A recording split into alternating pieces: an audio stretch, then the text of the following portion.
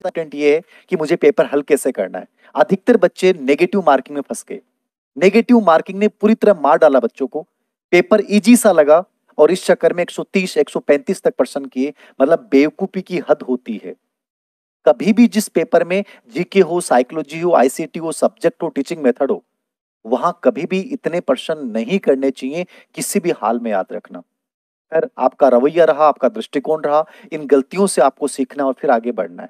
मैं रिव्यू कर रहा हूं, आराम से सुन लीजिएगा। ये कोई फाइनल रिव्यू नहीं है। ये एग्जिट पोल एक नॉर्मल है। ऊपर नीचे इसमें 100% हो सकता है। मैं फिर बोल रहा हूं, ठीक है। मेरी ये वीडियो की क्लिप्स काट काट के अलग अलग जगह शेयर की जाएगी, वो अलग मुद्दा है। लेकिन मैं फाइनली जो बात आपको बोल रहा हूं यही है कि ये एक अनुमान है, ऊपर नीचे हो सकता है। कोई बच्चा कोई भी कंपटीशन से कभी बाहर नहीं माने। अंतिम समय तक संभावना रहती है कि उसका सिलेक्शन हो सकता है और अंतिम समय तक रहता है कि वो बाहर हो सकता है। मैं बताऊं आपको रियल में जो आंकड़े मैं बताने जा रहा हूं, जैसे मैं गणित और विज्ञान की बात कर रहा हूं सबसे पहले, ठीक है ना। गणित की बात कर रहा हूं, मैं विज्ञान की बात कर रहा हूं, साइंस गणित और विज्ञान की अपन बात कर रहे हैं सबसे पहले लेवल सेकंड में। ये एक सब्जेक्ट है। अब गणित विज्ञान का जिस बच्चों ने पेपर दिया, ठीक है, गणित विज्ञान ऐसा था जिसमें हो सकता है मैथ किसी की अच्छी हो, किसी की साइंस अच्छी नहीं हो, साइंस अच्छी हो, मैथ अच्छी नहीं हो। ये पेपर हमेशा डिफरेंस होगा, विभेदक होगा, ठीक है ना। ऐसे पेपर में मेरिट ज्यादा जाने के चांसेस नहीं होते हैं, क्योंकि मैथ इतना टाइम वाला होता है जिसमें अपना टाइम इतना हो जाता है कि अपन पूरे पर्सन नहीं कर पाते हैं। प्लस गणित विज्ञान में साइकोलॉजी अच्छी लेवल की थी, ठीक है। साइकोलॉजी अपने अवनी से सब कुछ आया, लेकिन एक बात बता रहा हूं, साइकोलॉजी ठीक थी।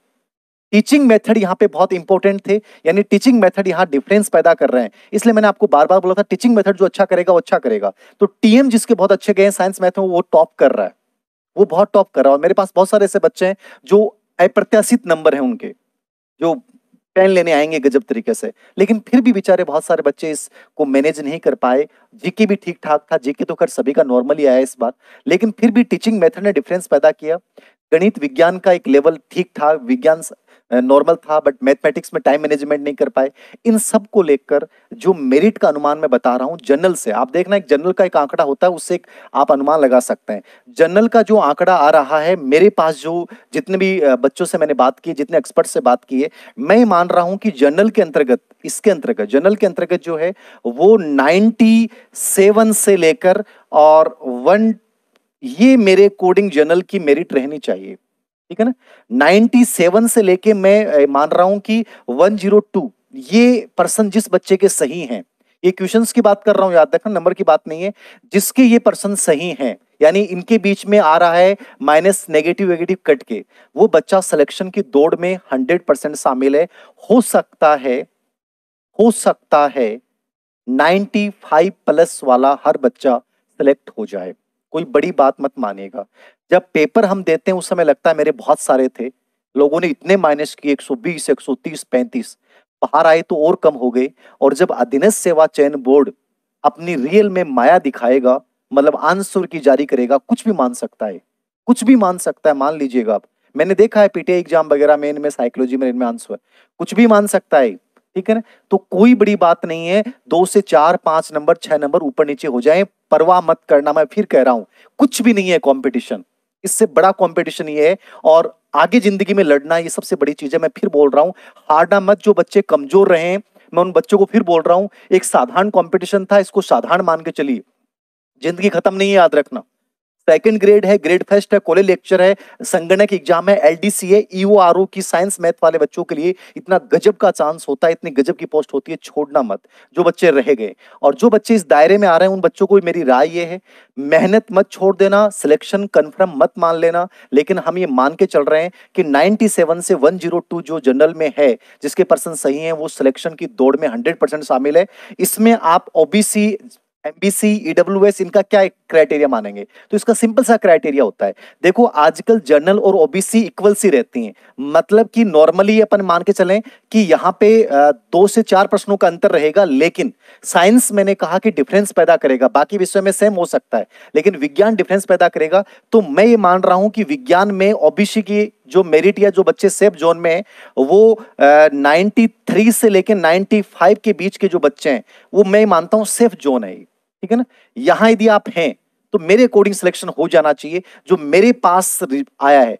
अब हो सकता है कि मेरे कई बच्चे यहां से भी बहुत अच्छी रैंक वाले हैं, लेकिन उनकी संख्या बहुत सीमित है और रियल में आंसर की आएगी उसके बाद और भी डाउन आ सकता है। याद रखना जरूरी नहीं है कि यही रहेगी, इससे ज्यादा भी जा सकती है, प्लस माइनस हो सकता है। अभी तक का जो फीडबैक मिला उसके अकॉर्डिंग बता रहा हूं, 93 से 95 ओबीसी याद रखना ठीक है, मतलब वो सेफ जोन में अपन मान सकते हैं, जरूरी नहीं है।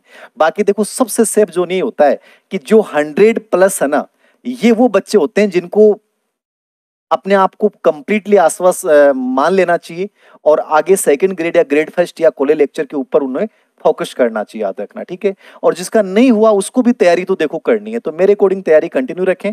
बाकी इसके अलावा आप यदि बात करेंगे ईडब्ल्यूएस में आप 2 से 3% या 5 से 6 नंबर आप कम मान के चलिए ईडब्ल्यूएस में, ये सभी में अंतर रहेगा, ठीक है ना। एमबीसी में आप स्पेशली साइंस और इंग्लिश में एक वेरिएशन पाएंगे, एमबीसी की बात कर रहा हूं।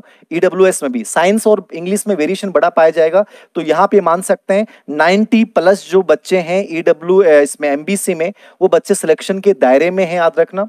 और एसटी एससी में इससे भी आप डाउन जा सकते हैं, 85 के आसपास आप पर्सन जिस बच्चे के सही हैं कटपिट के, वो बच्चा सिलेक्शन की दौड़ में शामिल रहेगा।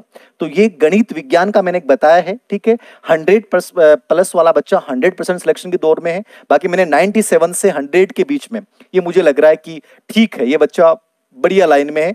बाकी देखो कुछ भी हो सकता है, फाइनल आंसर की आएगी तो उसके बाद सही आंकड़े आ पाएंगे। ये साइंस का मैंने बताया।